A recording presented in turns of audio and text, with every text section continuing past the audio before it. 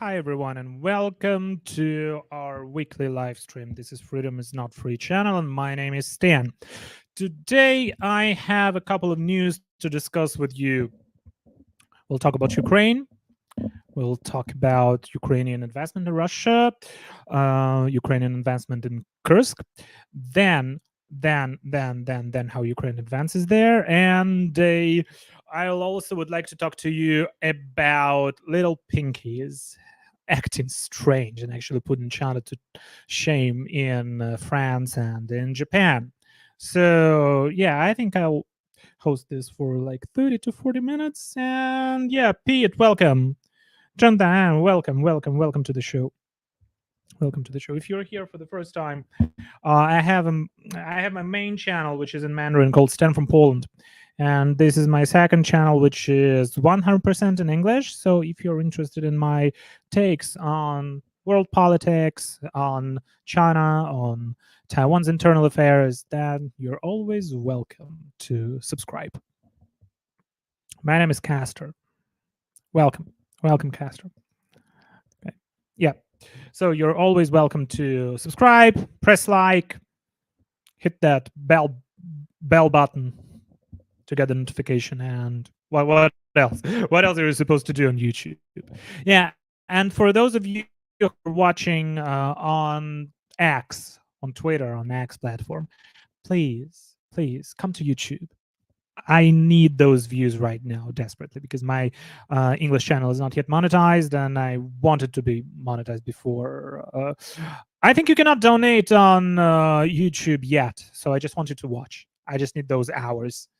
I'm like at about 100 no what not no, 1000 watched hours on YouTube right now, and I need like 4000 to get this channel monetized. And in YouTube it's like that. Once your channel is monetized, algorithms starts liking it all of a sudden, and you get more promotions, and your content can be actually found pretty easily on YouTube.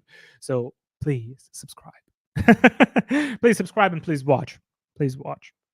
That's what I tell even my Taiwanese viewers. If you don't understand English, or if your English is not as good, just put it on background. Just let it collect some of those watching hours, so that my channel is monetized and I can put more content and talk more about Taiwan and the affairs that are going on in Asia right now. Okay, so let's start with Ukraine. Because recently I have seen many of those videos made by CCP shills who all of a sudden became Russian shills. Like who would have thought? Who would have thought that China shield would become Russia shield? Starting with Cyrus Jansen, Daniel Dumbrell, like those kind of folks. They talk about how great China is, and right now they say that Ukraine is gonna be defeated. And before that, they were saying things like, oh, Russia is advancing, and Ukraine has to surrender. All of that kind of isolationist crap. And right now, what we see Ukraine. You see Ukraine advances in Kursk, on the Russian territory. And Kursk it's a very interesting place, because if you look at Ukraine and what Russia used to say about the eastern parts of Ukraine, that there are Russian speakers there, so that's why they should be liberated. You can say pretty much similar thing about Kursk and Belgorod and other regions in southern Russia. Why? Because there are many Ukrainian speakers over there. People speak perfect Ukrainian in some of the villages, in some of the areas close to Ukrainian borders. So basically, Ukraine is liberating unlawfully occupied territories of Ukraine, where Ukrainian people, Ukrainian speakers live, right? Using that rhetoric. But of course, Ukraine doesn't need neither Belgorod nor Kursk. They just want Russia to be out of Ukraine, to get the hell out of Ukraine with their military.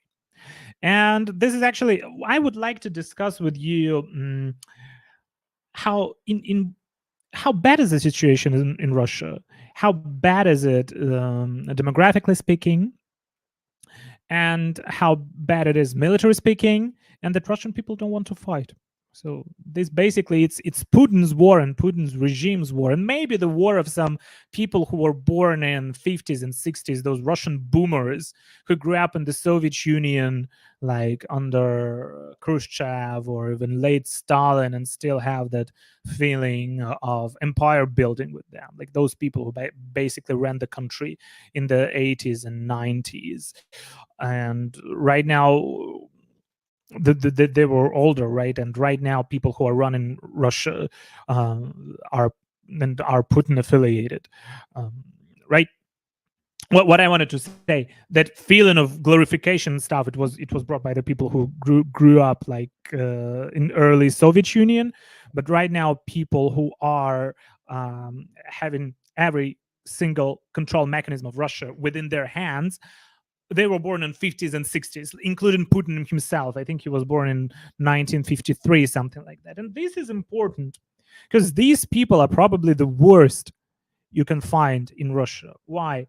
Because people who are a little bit older, who were born in the 30s and the 40s, they remember the war. They remember the war, and they remember how terrible was the Second World War.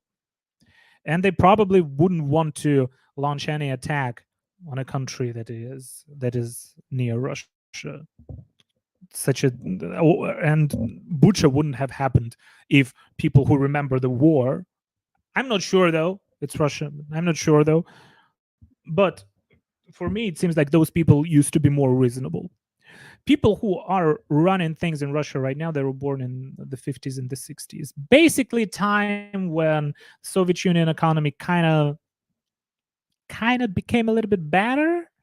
People were still living in misery, but it still was better than during the war times. And they have never actually lived through any major conflict like the Second World War or like the First World War. So this is the dangerous aspect, because they don't know and they don't value human lives. This is just to begin today's talk. And let's start with Ukrainian advancement in Russia, because all of those shills, they are saying, "Oh, Ukraine is going to be defeated. Russia is going to crash Ukraine." And there was that guy on Cyrus Jensen's channel who said that if Russia wanted to, they would have destroyed Ukraine within a week.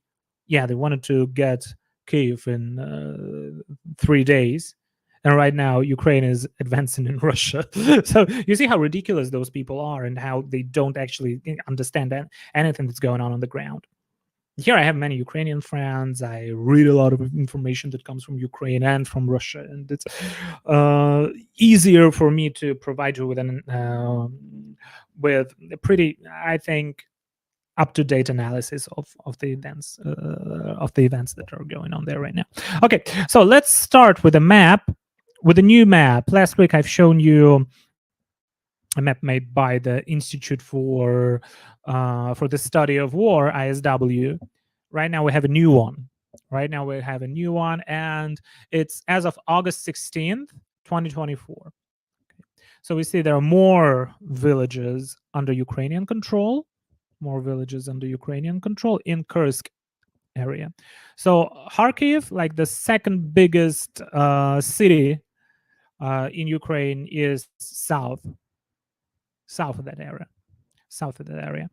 And you see that Ukrainian army is advancing. And what is interesting is how Russian soldiers react, and that there is almost no willingness to fight against Ukrainian people in that area. Of course, there is like artillery working and so on and so forth, but the people, they don't want to fight. And whenever they see Ukrainian soldiers, they just surrender.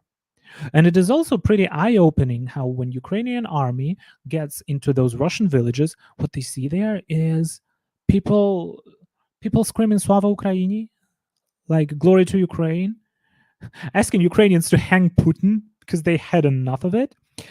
And as well, soldiers surrender indirectly, and even soldiers who became prisoners of war, Russian soldiers that became prisoners of war, because right now that exchange fund is raising. It's also pretty good for Ukraine.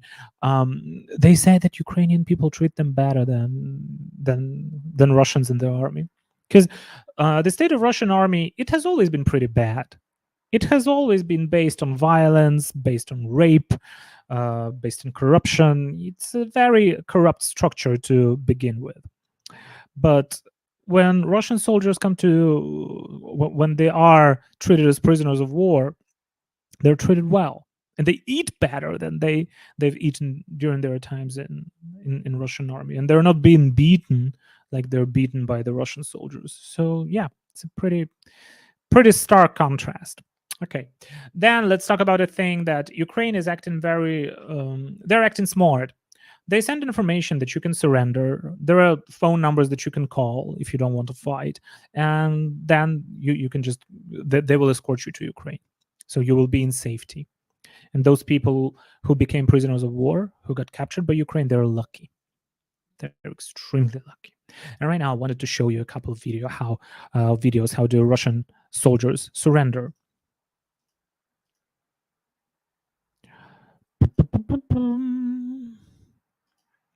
One moment. Yeah, here. Yeah, so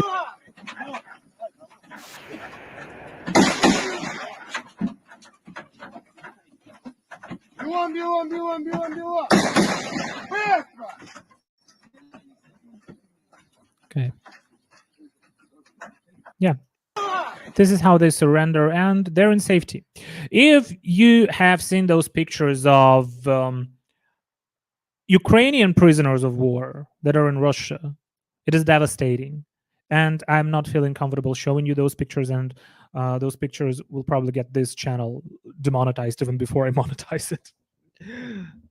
Because it is scary. It's not funny. People lose 20 kilos of weight, 30 kilos of weight. Sometimes they need surgeries after they leave Russian captivity. So it is very scary. On the other hand, you see how Ukrainians, how they treat Russian prisoners of war. They treated them. They treat them nicely. They treat them very nicely, and they have meals 3 times a day. They have clean clothes. They have running water. They have bathrooms. They have bathrooms. Unlike in some of the Russian military facilities where you have to dig a hole in the ground, because Russia is a very it's a failed state, like Ukrainian MP whom I interviewed said before. Or maybe I'll say it's a failing state, because it's not failed yet, but it is failing, and the conditions, the living conditions there are devastating. That's why Ukrainians are that's why Russians are stealing toilets. That's why they're stealing bathrooms. Why they're stealing washing machines. And there was that, when the full-scale invasion just started, there was that video with Russian soldiers, some of them seeing an elevator for the first time in their lives. For the first time in their lives. This is devastating. And those people are being sent to the front lines.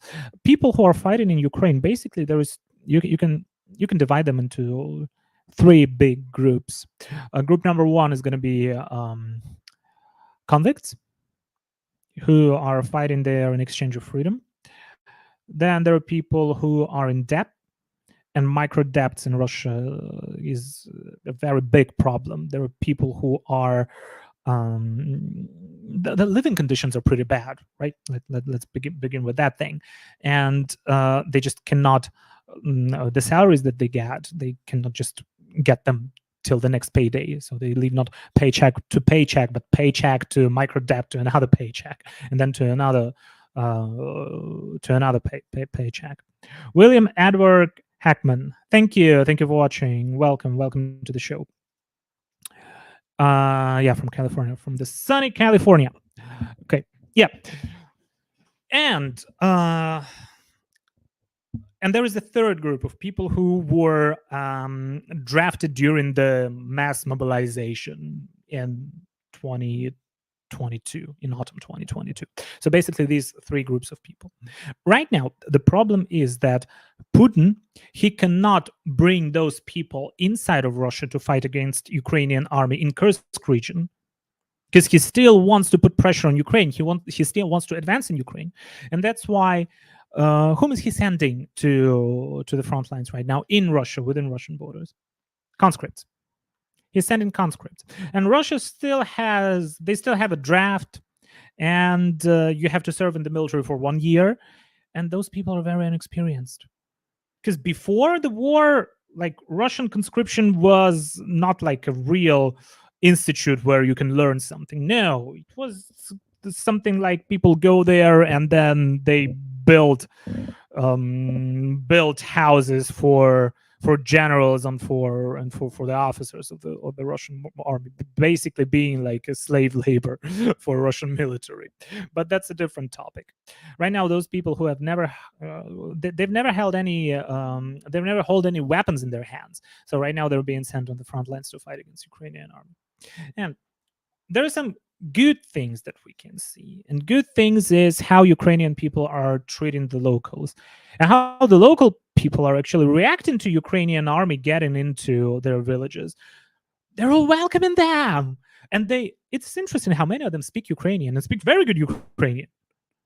I mean, they communicate with each other in Ukrainian. So basically saying those things that, oh yeah, Russia is liberating Russian speakers. Right now, Ukraine is liberating Ukrainian speakers in Kursk. Let's take a look. I have some videos that I've prepared. Yeah, here. There's a Ukrainian military vehicle getting into one of those Kursk area villages.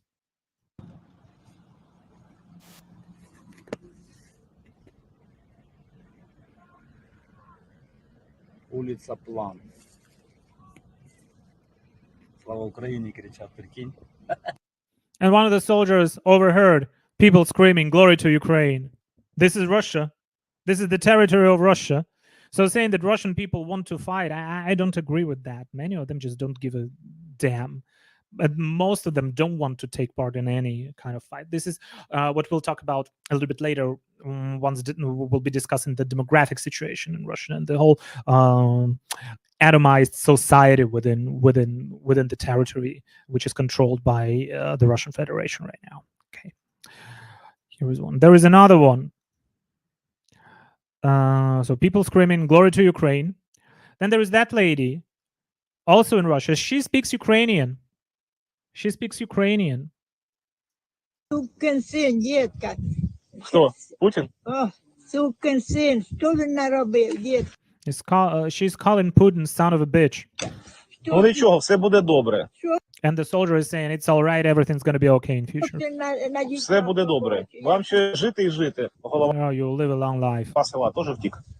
А потікали всі. А бросили мене як нестужну. And then she's saying that she's left alone by her family. Син пенсію мою забирав. Her son is getting all of her retirement. Oh, that's pretty atrocious. Їсти мені возив служать. А зараз що ви їсте? Хватає? Надавали хлопці ваші, Да? і то не що. Ой, які ви гарні хлопці. So yeah. Then she's being asked how does she get by? And she said it's pretty hard. Okay. Then there is another one. There is a Russian guy who is asking Ukrainian soldiers to hang Putin. Here. Андрей Федорович Горбачов. Нічого яка потужна прізвище. Коротше, брат, у тебе все є, пити, їсти. The guy is asking, like the soldier is asking him if he has enough food. You see that's interesting. When Russians got into Ukraine, they were killing Ukrainians. They were raping Ukrainians. They were mass murdering them. When Ukrainians get into Russia, they ask, how do you feel? Do you need any help? Do you have food? Do you have a place to sleep? It's a pretty big contrast here, don't you think so? Все, да, спасибо вам, ребят. Дай Бог He's saying thank you guys. вам здоров'я. Все, бережи себе. Все. And then kill those fascists. Meaning Russian army. Kill those fascists. Все, Путін хто? Then the soldier is asking, who is Putin? bastard, and you can hang him if you Его, want. от души, от души. Please hang him. Пожалуйста, повесьте его. Please hang him 3 times, repeating. Все, слава Украине, брат. Героям слава. And then, glory to Ukraine, glory to heroes. LOL, his surname. Yeah, Gorbachev. I think it's a pretty common last name in Russia, though. Yeah. Gorbachev. Yeah. I didn't translate it for you. Yeah, Gorbachev.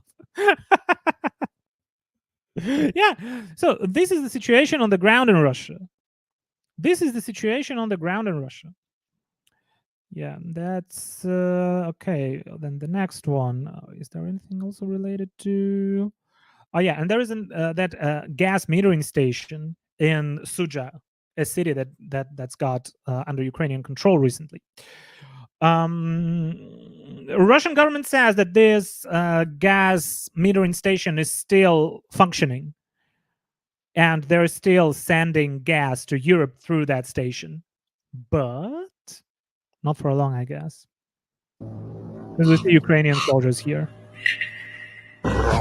Что там, Руслан, что съебал? Yeah, says Gazprom, like the Russian natural gas company. Vladimir Putin is a dictator anyway. Yeah, he is. Same as Xi Jinping. They're not too different, to be honest. Okay, so, and right now, before moving into next subject is how Russia is using conscripts on the front line. Right now, let's talk about Russia's demography. Because, I mean, many people, not only in the West, but also in Taiwan, they have that very weird opinion on Russia as it still was Soviet Union, like a military power that can actually play any kind of role internationally. But it's a failed society. It's a failed state with birth rates probably as low as in Korea. People don't see anything good in their lives. There are still areas without any electricity and without any running water. People just digging holes in the ground to go to the bathroom. Okay, it's a state where violence is very prevalent, not only in the army but also everywhere on the streets. And for the Russian people, there is 2 kinds of immigration. Immigration number 1 is actually leaving the state and going to a different country to stay there. And immigration number 2 is internal migration. Basically, drinking yourself to death or using drugs till you die.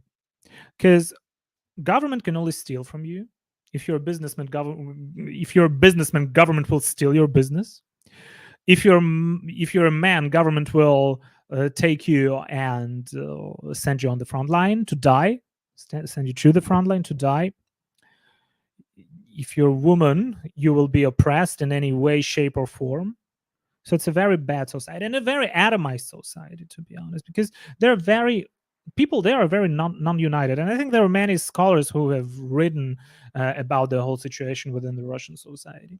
Because for them, it is, if you see how the streets there are and how people only care about their own good and their family, they don't consider themselves as a part of one society. Why?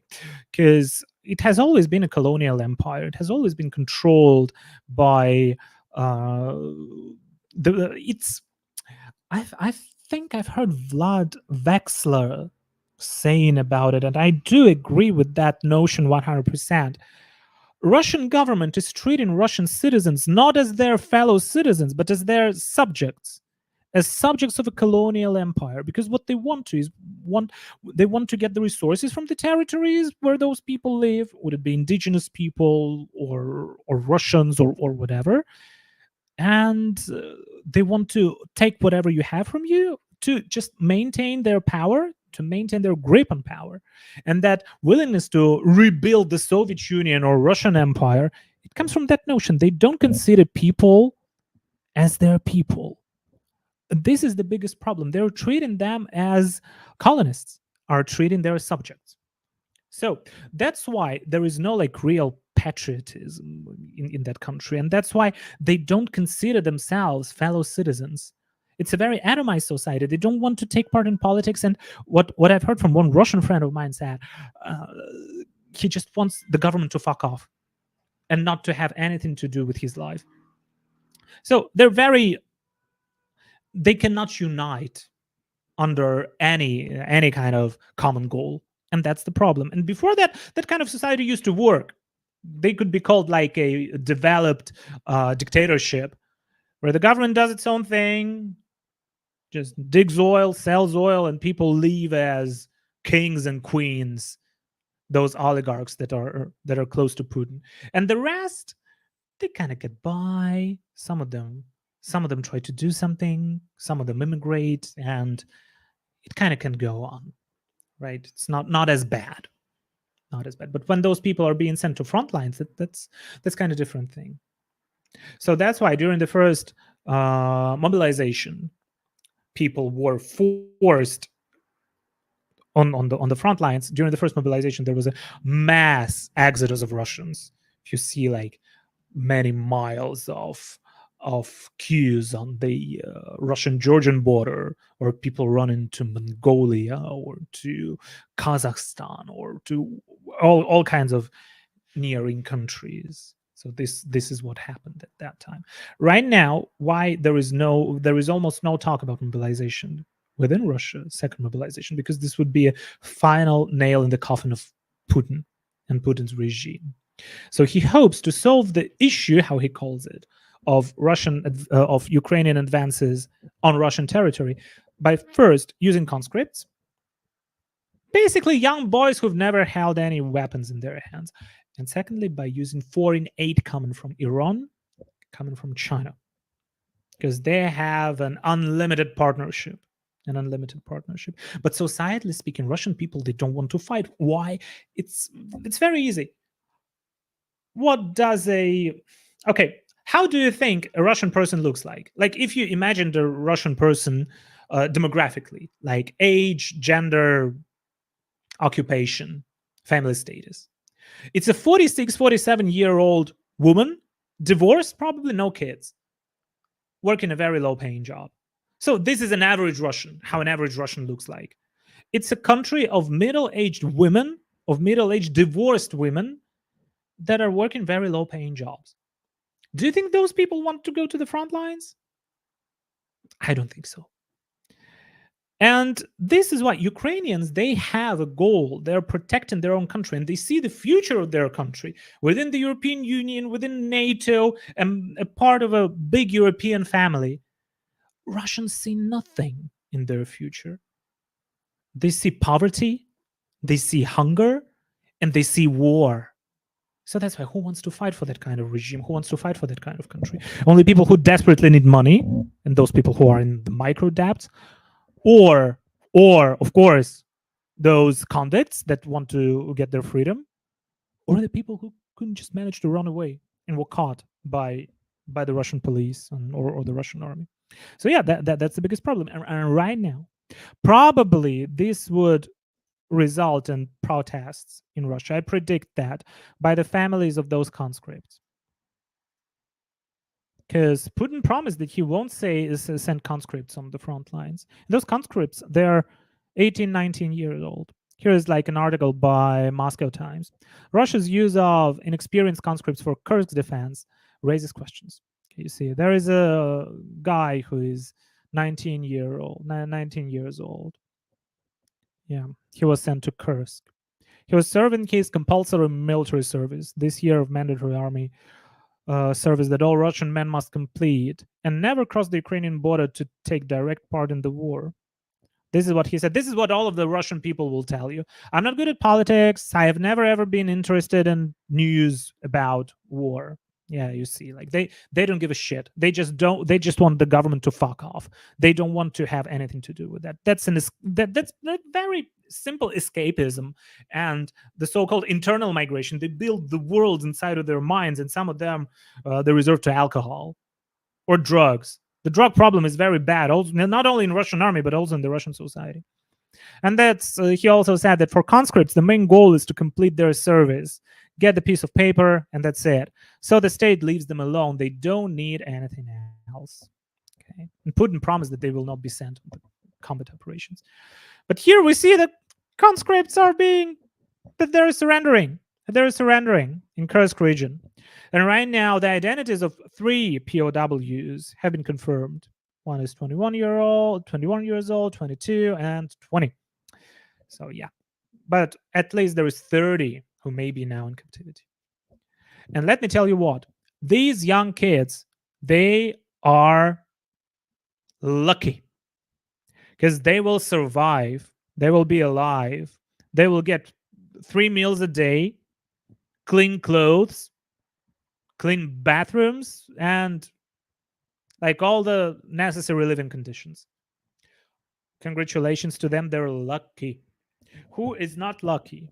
People who might have been shot by a drone, or people who might have been caught in a bomb fire, or people who got shot by Russian artillery in Russia, because Russia is trying to fight back, right? And those Russian soldiers, they're not lucky. And whenever I hear those scums like Cyrus Johnson or Daniel Dumbrell saying things like, oh yeah, Russia good, Ukraine bad, Zelensky bad, so on and so forth, and Ukraine shouldn't have invaded. Who invaded Ukraine in 2022? Okay, who invaded Ukraine in 2014? It was Russia. Then, after the dissolution of Soviet Union, I don't like the word collapse because it's kind of negative. I think it's a good thing that the Soviet Union is no more. After the dissolution of Soviet Union, Russia attacked Chechnya, murdered many Chechen people. They've also murdered Georgians.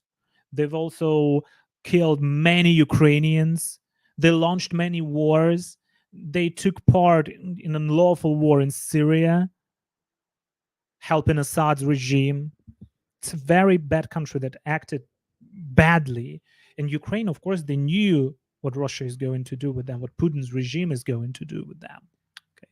So yeah, never forget about Bucha, never forget about Mariupol, never forget about Kherson. Those mass human rights violations and mass murder committed by Russian soldiers. So yeah. And we should help Ukraine right now, and we should provide Ukraine with everything Ukrainian people need. And this would be good for Russians also. The main enemy of Russia is not in Kyiv, it's in Kremlin. A person who wants to see Russian blood is not Zelensky, it's Putin. And the end of Putin's regime and Russian KGB thugs running the country would be the best solution for everyone, and it would be for the benefit of Russian people if they would finally be able to build a democratic country that is actually in good relationships with Europe, after paying reparations and after paying in full for what they have done in Ukraine.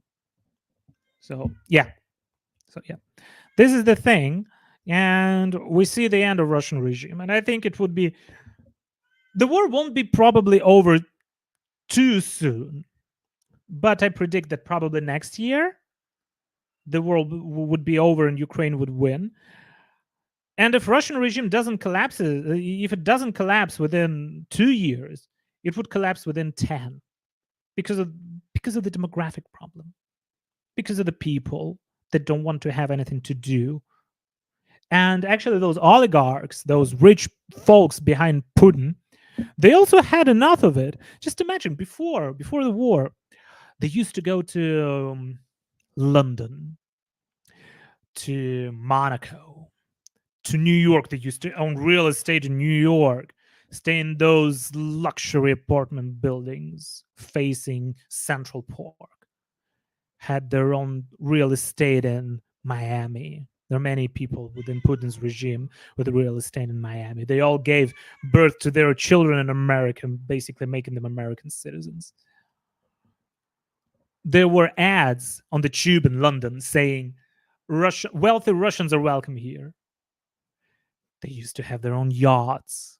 They used to go to Paris, Berlin, Rome, all of those fancy cities in Europe, also to the United States. And right now, Sorry.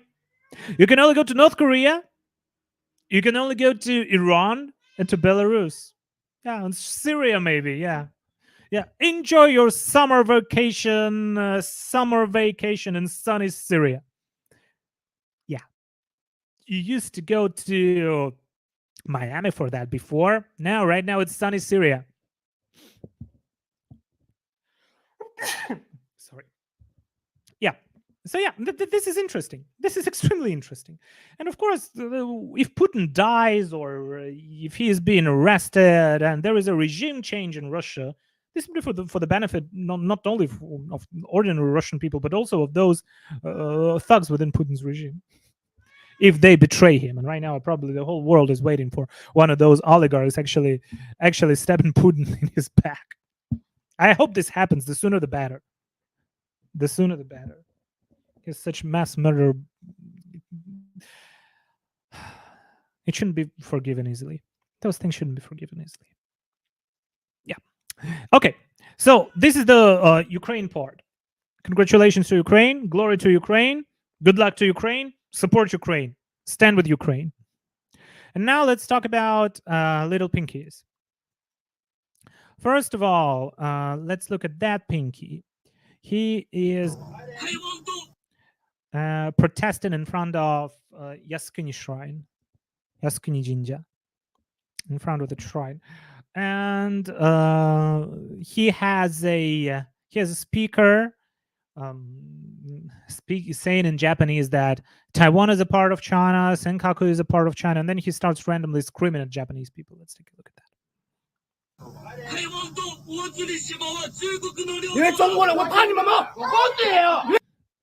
Yeah, it says Taiwan and Senkaku Islands are a part of China. And then I'm Chinese, I'm not afraid of you. He switches from Japanese to Mandarin. Like, he doesn't speak Japanese. He only has a speaker that speaks Japanese for him. And then, yeah, he uses bakayaro, which is a very rude saying in Japanese, like insulting Japanese people.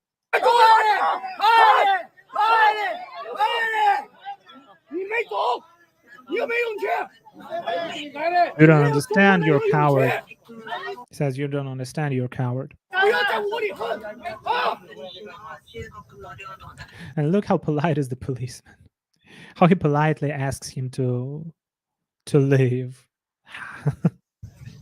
Yeah, that's some kind of. I've never seen people working like in law enforcement being as polite as in Japan.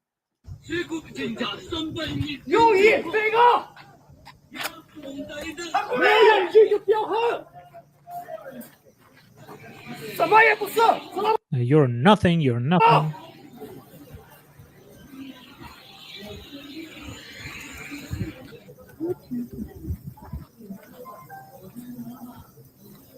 Yeah, and he leaves.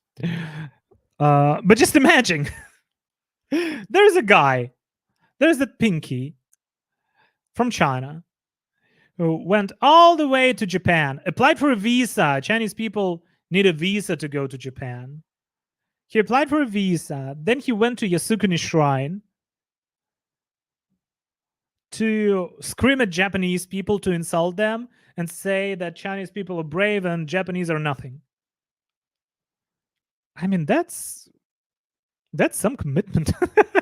That's some commitment for sure.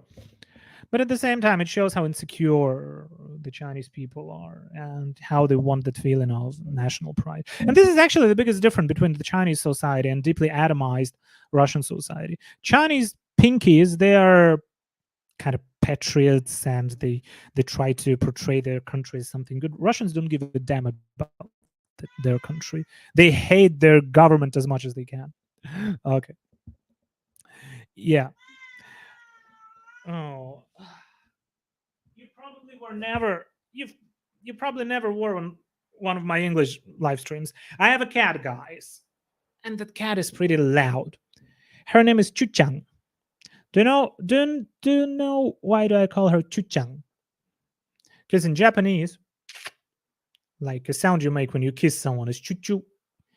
So she's a Chuchang. Probably she's bored right now. You're bored. Are you bored, kitty? Mm. Mm.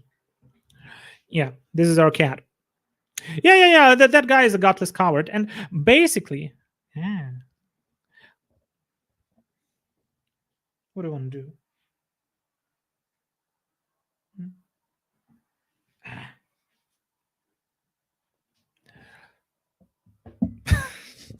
Okay.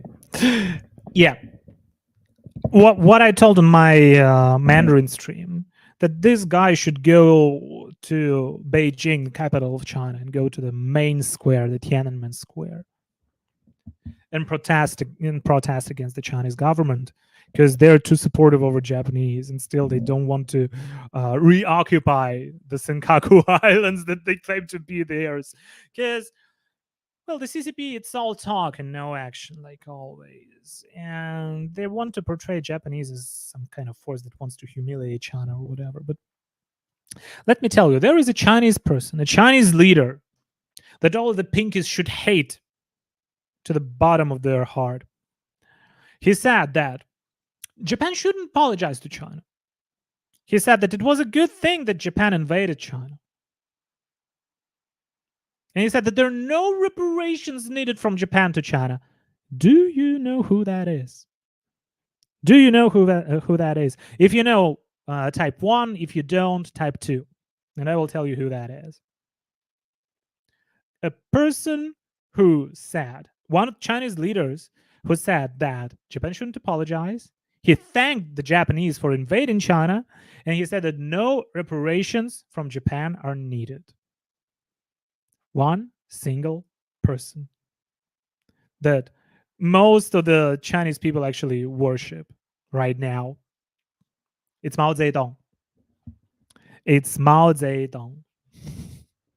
I don't see any protests against Mao Zedong in China. Yeah, that's Mao. Exactly, that's Mao.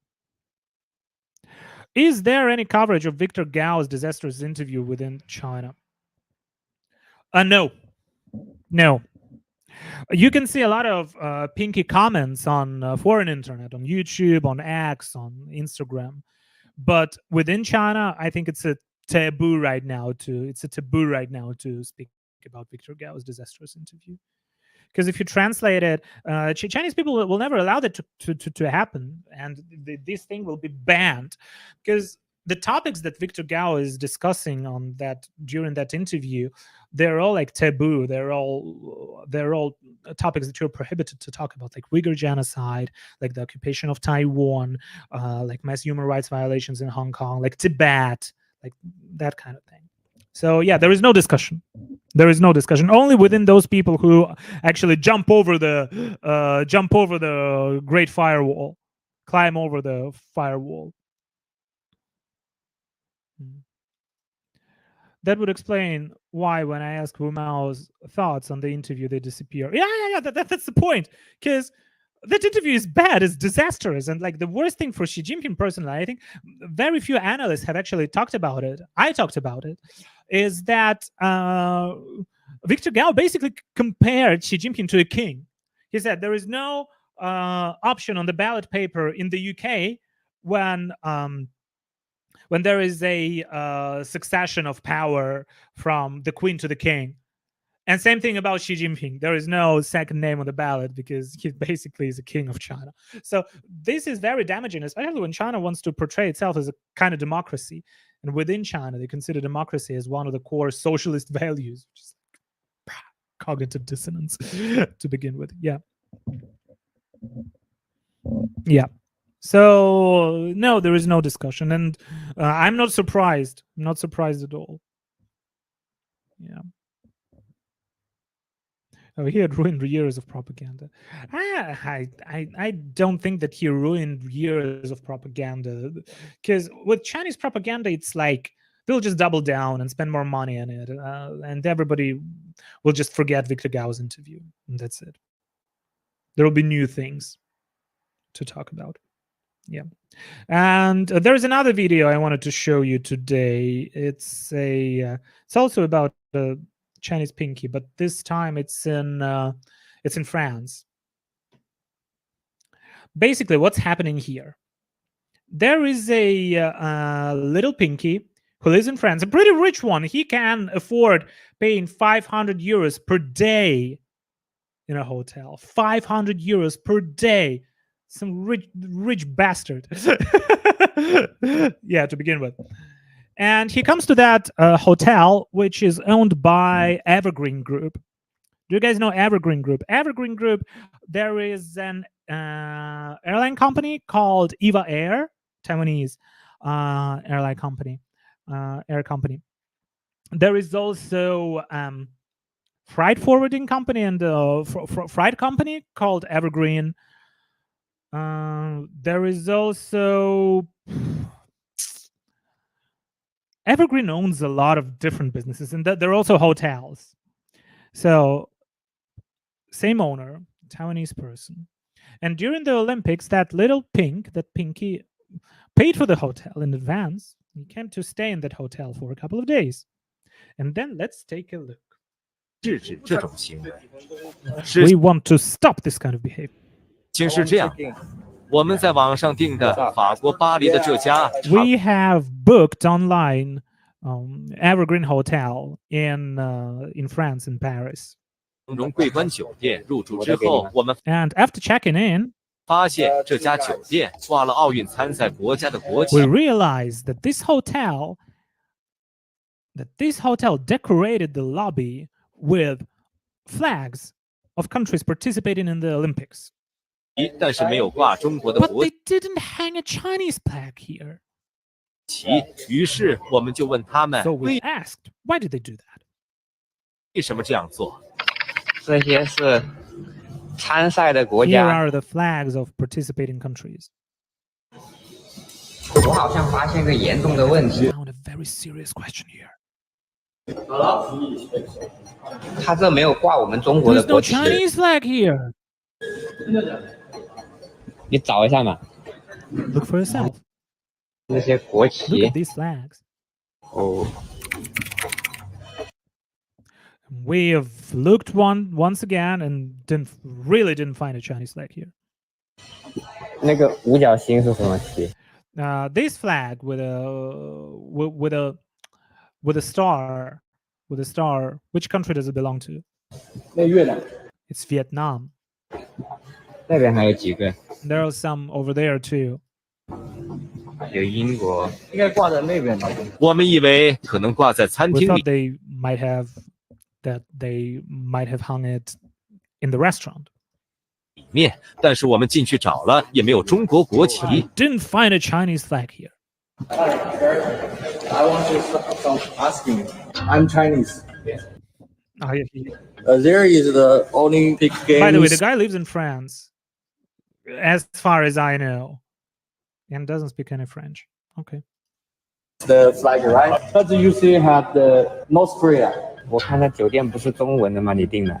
对啊，China in the Olympics is the number one. Number one, yeah, I know.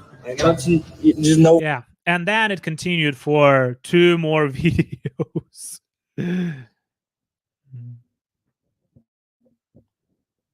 Yeah. Basically talking to all kind of management within the hotel, demanding them to put that flag. flagger in here. That's a shame. I know. That's a shame. Yes, I know. 那它都是中文的酒店，它都不挂我们国家国旗。好了，咋了？都是在这。Yeah, it's Taiwan. 台湾不是中 Yeah, and then he's saying that the hotel belongs to a Taiwanese owner, and Taiwan is a part of China. like always, those pinkies do. And then he tried to get a refund, but he could not because he booked in advance, and he should have actually informed them one day in advance that he's not going to stay in the hotel. And of course, terms and conditions apply here. The hotel is not supposed to hang your flag. This is not one of the services the hotel provides to you. And secondly, the owner is Taiwanese. Why the hell should they hang a Chinese flag? Your country is threatening Taiwan every day, saying that you will occupy Taiwan, saying that Taiwan is a part of your country. Why should the Taiwanese owner hang a Chinese flag over there. I don't understand. It's the same thing. If the hotel is run by a Ukrainian family or a Ukrainian company, they're if they're not hanging Russian flags, that's also absolutely understandable. Because the country is being attacked by Russia, right? And if you don't like the hotel, just don't stay there. Choose a different hotel. And I mean, how ridiculous is that? And how outlandishly stupid is that? You go to a hotel, a very expensive hotel, 500 euros a day. And then the first thing you do is in the lobby, you look for a flag of your country. You don't have any other things to do? And then asking your friends to take a look at that. And then he's invited a Chinese Chamber of Commerce member to ask them to hang the flag. But that's their freedom. If they don't want to hang it, they're free not to do that. So we see that rabid nationalism coming out again. And let me tell you one thing. To those hotels, I really suggest you not hanging Chinese flags there. Never. Just don't do that. Why? Easy. Because normal Chinese people, your average Chinese people who are not little pinkies, they will still stay at your hotel. But this will help you to actually not let those little pinkies into your hotel. Because, okay, today he will stay there, and tomorrow he might do some what do the little pinkies do? Like incite a fight, or I don't know, try to overstay there, try to leave like during the time that he's not supposed to leave, or like what happened in Sweden with those, this is killing, just wanted to sleep in the lobby, or will insult someone, or get drunk, because this is what those pinkies do.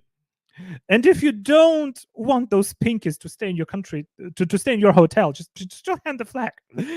Hang all kinds of flag, but don't hang the Chinese flag. And then the normal Chinese people, they will just stay because they don't care. Because they won't care about it as much as those little patriotic or nationalistic pinkies. So yeah, that's my suggestion. Take towels, soap, and pillows. Yeah. And also bathrobes. And also steal those bathrobes. and like electric kettles or whatever. I've seen it once in America though. Like there was probably they spoke Mandarin, so probably let's assume that they were Chinese. When I was like 16 years old, when I went to New York with my family, and we've seen that like a Chinese family, like when they were checking out, like staff at the lobby asked them to show their suitcases, and they found hotel bathrobes there. So yeah, still in a bathrobe. That's like, yeah. The USA is the best country anyway. I love the US. Still depends on what kind of state though. But honestly, if you ask me where do I want to live, Georgia. Not the country Georgia, the state Georgia. Somewhere near to Savannah. Like best architecture, friendliest people, nice food, nice weather. It's not as cold as up north, and still it's not as hot as in Texas, for example, or in California. I have relatives in California. I go there pretty often. So yeah. I mean, it's all right, but right now I don't feel as safe as it used to be like 15 or 16 years ago. Yeah, but if you want me, where do I want to live? Like anywhere on this planet, Georgia, Savannah, Georgia. Like that place is my favorite in all the United States. Yeah. To be fair, people from poorer countries steal towels too.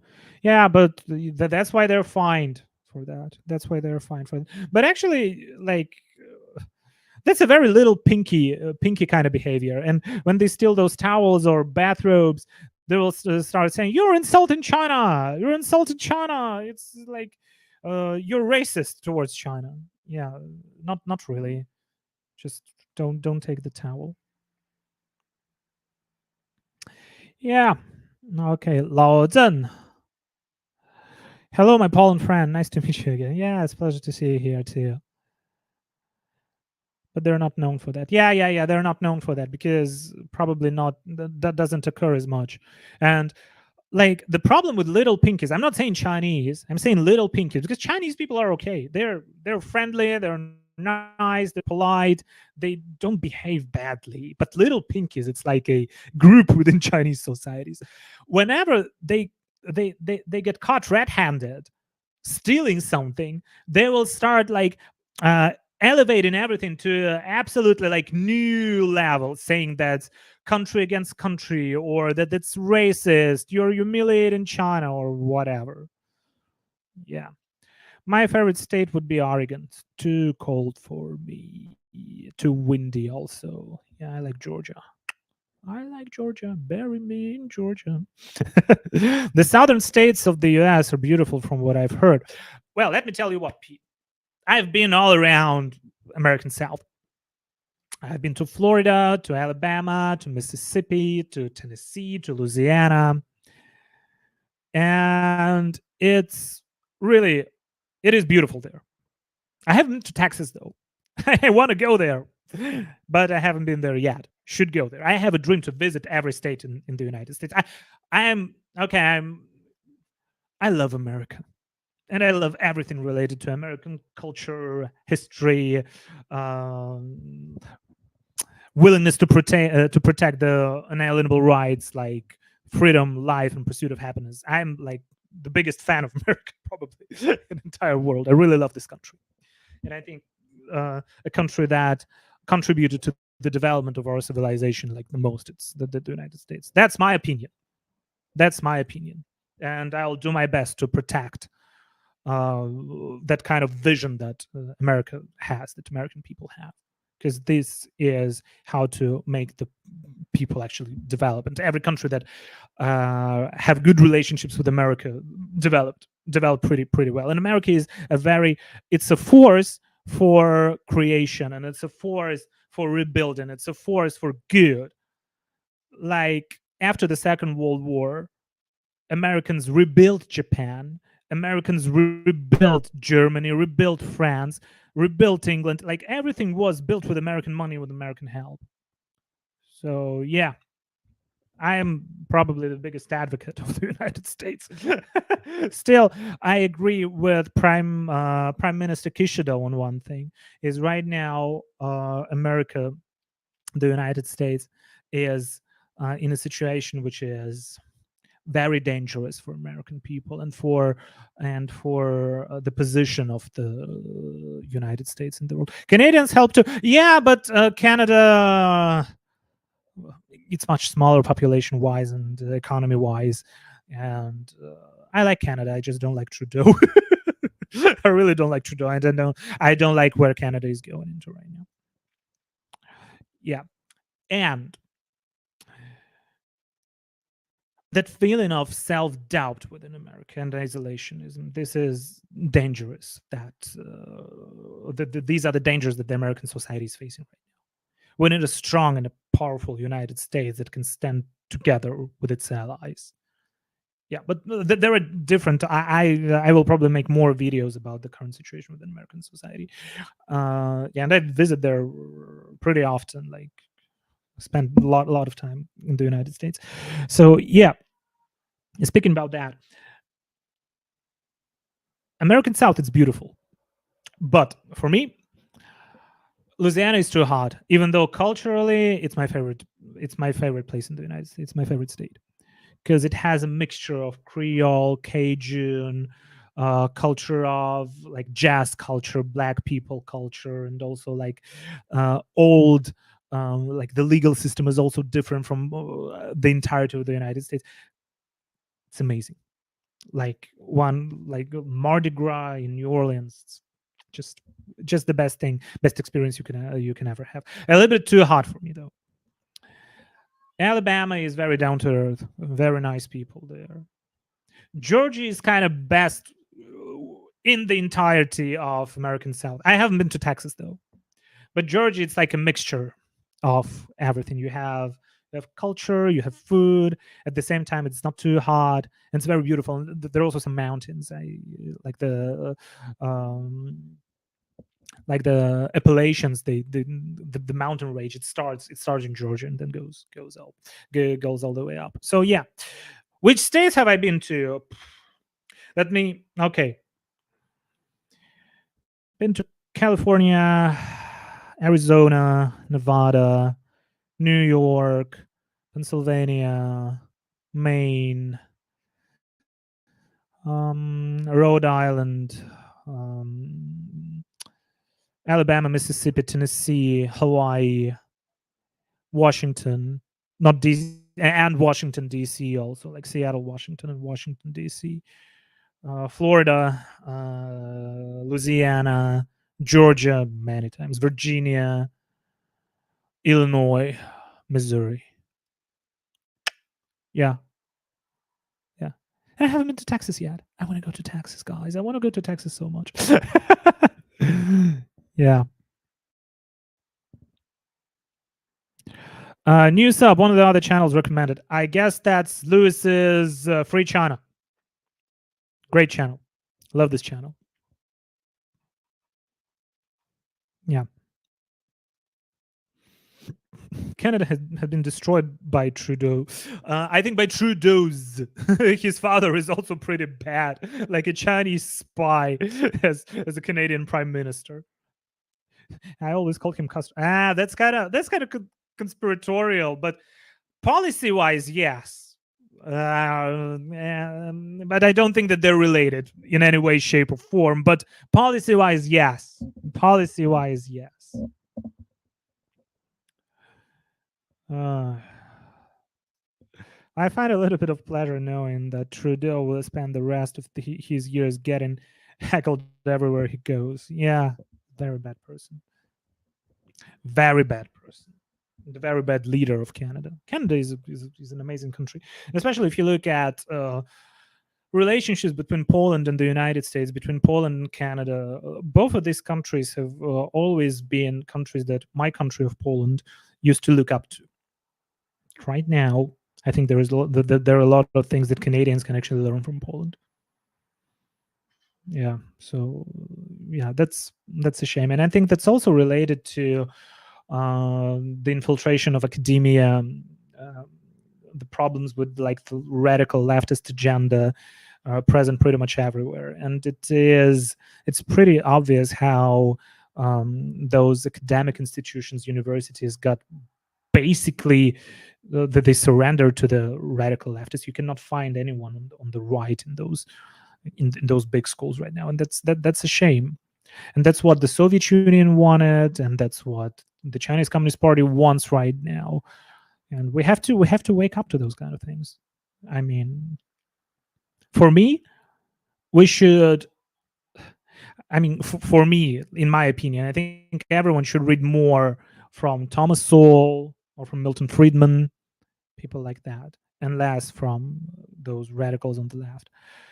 Are you familiar with Dr. Jordan Peterson? I know Jordan Peterson.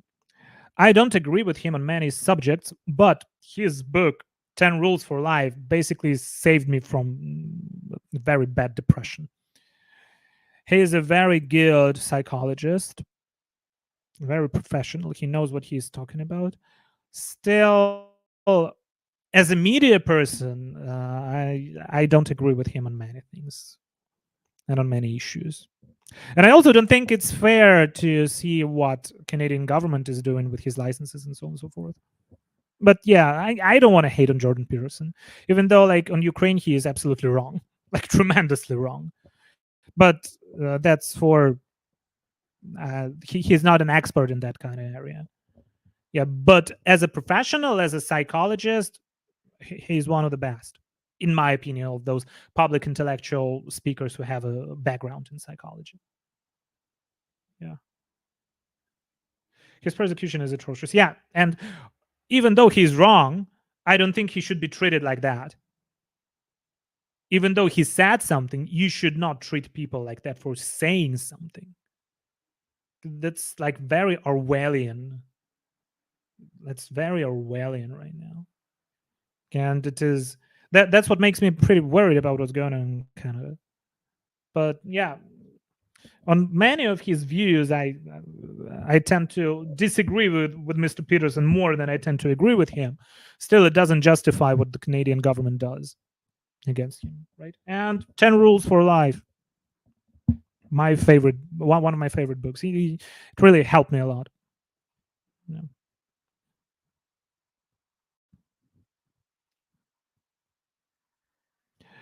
I agree with you. I also don't agree with a lot what he says, but it's just crazy. It is. It is. It is. It's not. It's not how it's supposed to be. I mean, if you disagree with someone, yeah, make a video about it. Engage in a debate with him. Talk to him. Have a conversation. But don't cancel. Cancel is not an answer. The more you're trying to cancel him, the more popular he would become. And this is what I don't like about the left right now. It's like what they see is like an absolute, like, and the only one totalitarian hegemonic idea that everyone should follow. But this is not how it should work. We should have an ability to discuss, and how they disrupt, and how they think that democracy and democratic institutions should be destroyed, and everything is inherently bad and racist. I mean, like, whenever we're talking about slavery, yes, the US had slavery and it is bad and it should be talked about it. But the US is also one of the first countries that abolished slavery officially and on the documents. I mean, there are also two sides of those things. And yes, the mass human rights violations that happened before, they should be talked about. It doesn't mean you should persecute the modern day people that have nothing to do with what happened before. Like, talking about colonialism, or like, I mean, I also don't like those kind of generalizations, like when talking about racism against Irish people or Poles or Italians. Right now, some people on the left are trying to portray it as gaslighting and saying that white people have also been through a lot. But Poles used to be also enslaved. Poland used to be colonized by countries like Russia, like Prussia, and by Habsburg Empire. So yeah, it's not only about like the color of the skin. I think like that generalization is, this is good, this is bad. It's very dangerous. In the end, we're citizens of the same country. We have the same values. We're all, I mean, I don't care what color your skin is. If you like the United States, if you like freedom, if you like democracy, if you're working your best to achieve, then that's what's dangerous, in my opinion, with the United States, because it used to be a country where people used to be treated by their merit and not by the color of their skin, by affirmative actions and so on and so forth. If you work hard, you can make it. Like, that's what Polish people used to do when they came to America. If you work hard, you can make it. If you have the same set of values, you're American.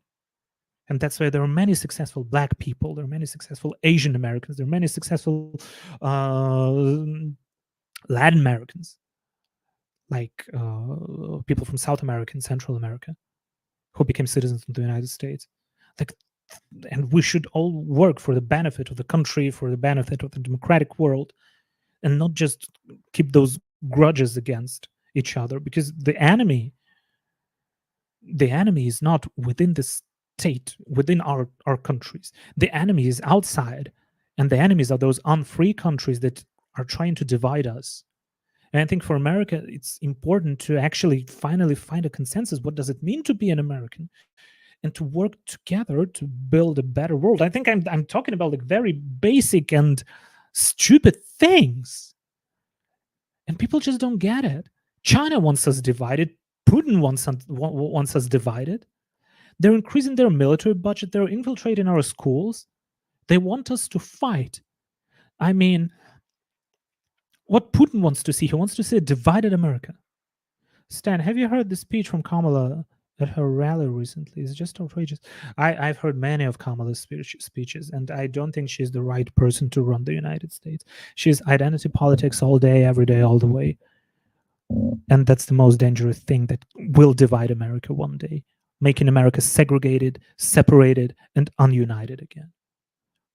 Black people hating white people, like everyone hating each other. This is not what the United States should be. I mean, if the Democrats actually did what Obama said during his first speech, like the first famous speech as a president of the United States, that there are no red states nor blue states, just the United States. What he did was quite the opposite, though.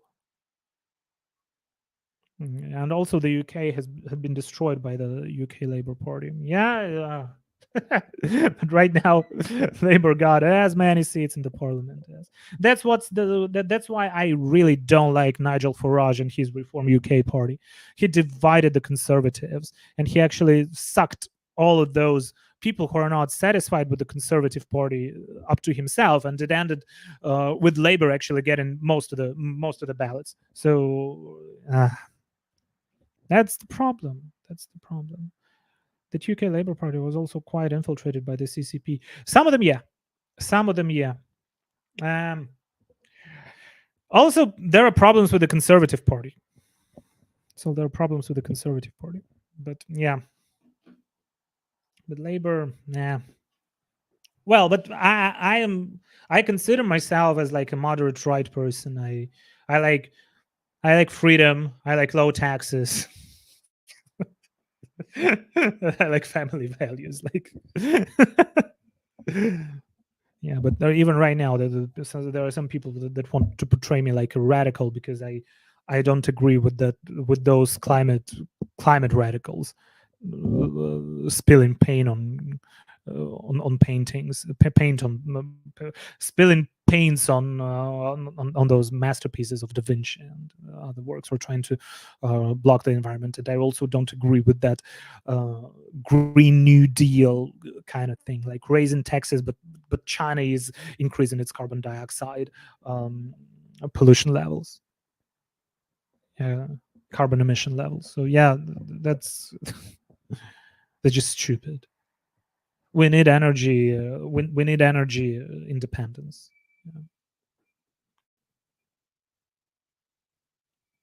Sid Mao Sid Mao is a great guy. He's a great guy. Yeah, and he does a lot for Taiwan. Very hardworking person.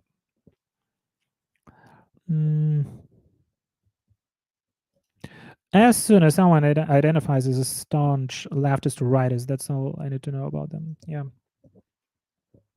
And I think right now most of the dangers come from those radical leftist policies, because they make us weaker, or that they make us weaker as states, as countries, like with the things like decreasing military budget, engaging with China, engaging with Russia, talking about equity. I think even the whole equity talk, it's dangerous as it is, because you should not expect any equal outcomes, but you should provide equal opportunities to the people, so that they're working hard and they're trying to achieve those leftist policies. That's what made European Union as weak and European countries as weak, because nobody wants to work here. Because what's the incentive to work? The more you earn, the more you pay in taxes. And small businesses, it's very hard to actually have a small business in Europe with those environmentalist agenda, low emission levels. It's very hard to open a factory or actually to fulfill the requirements. Like COVID was a very good example, when there were many gyms and small restaurants that got closed. They just couldn't keep up with the requirements by the Ministry of Health in Poland. But those big stores, McDonald's, they kept their stores, they kept their restaurants, they didn't stop, not for a single day, even during the pandemic. And companies like Lidl, Aldi, or big Polish companies like Biedronka or Dino, they're all still here. So yeah, like those leftist policies and the overreaching arm of the government, it only destroys all of the competitiveness that we used to have in the West. And I think we should do more to let people have more freedom. More freedom is always better than less freedom. Less regulations is always better than more regulations. These are my views, my core views. That's why I probably will never be able to actually accept those narratives from the left, even though there are some topics that I do agree with the people on the left. And there are some parties on the left that understand what's going on in China and Russia, like the Greens in Germany. I might not agree with them domestically, but internationally they're all right. They're doing the right thing. Yeah. Yeah. That's that's the problem. Yeah. Okay. So these are the things I wanted to talk to you about today. Hope that you enjoyed. I hope you enjoyed the live stream, and we'll have another one next week. And also wait for the video. For this channel, my plans for this channel, I will upload one video every week, maybe 2 videos if I have time to edit, and one live stream plus some shorts. So I will try to have the same upload schedule as I have on my main channel, which is in Mandarin. Let's try to make my English channel bigger. Not as big as the main one, but at least bigger. My teenage boys are already saying that they will never vote for liberals. Well, yeah, I think like the whole concept of being a liberal also get destroyed by the left. Because strictly speaking, I'm a classical liberal. You know, like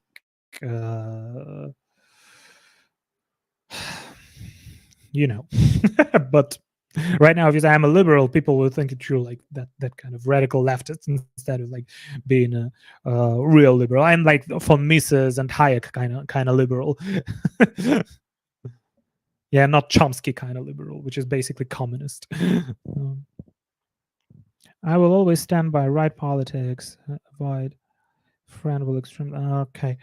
Yeah, I think we should also make friends on all sides of the aisle. I have many friends on the left, and we engage in many interesting discussions time to time. There are some things that I do agree with them on, especially when it comes to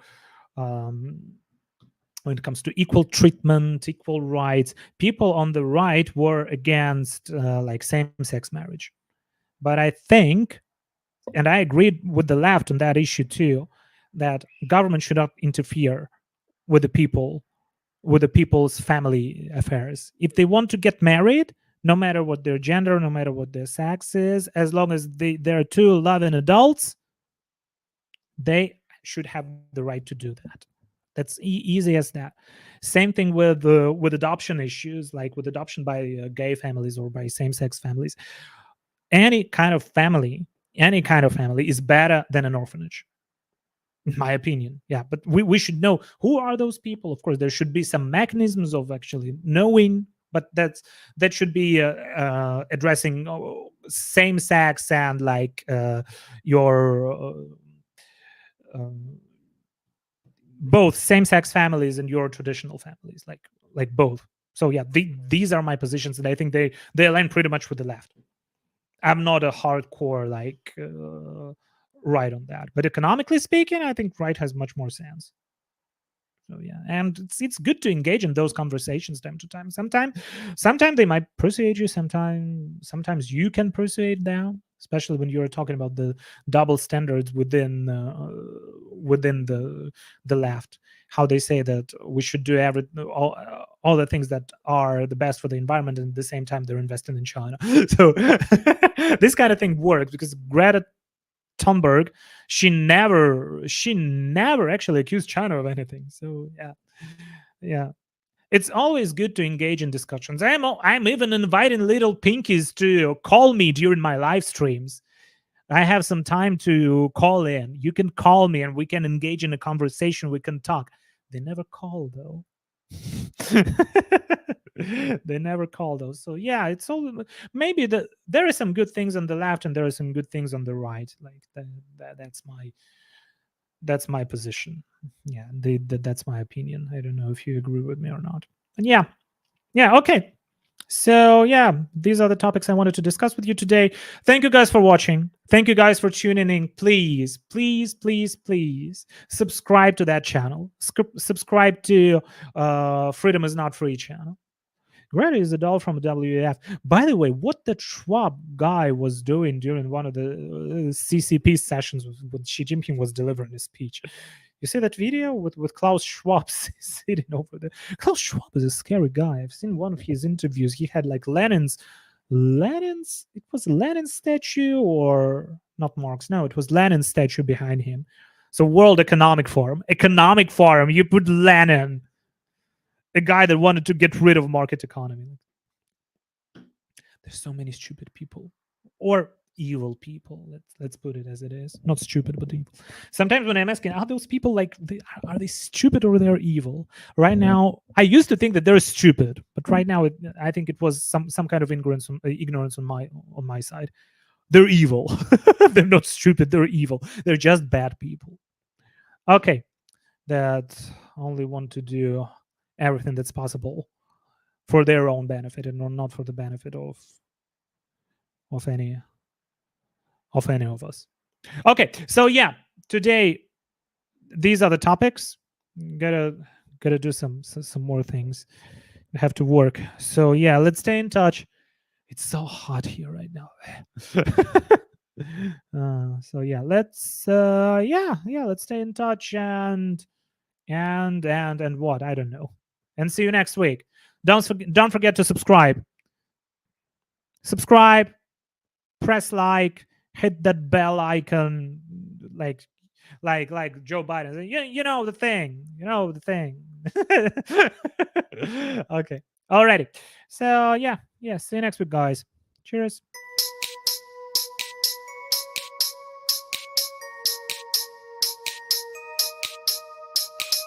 十里山路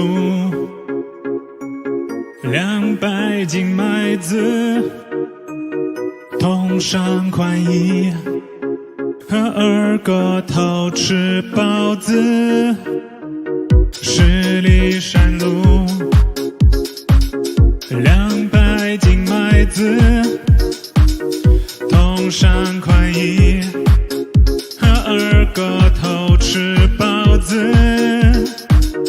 别看你今天闹得欢，小心今后来清淡。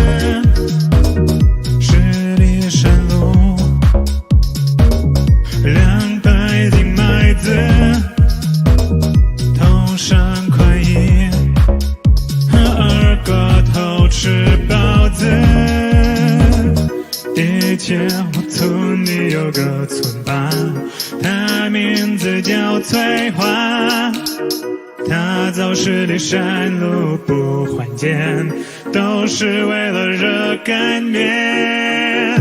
热干面、胡椒面、清风煲，人一条，翠花还有一个绰号，就是为你总加速递。别看你今天闹得欢，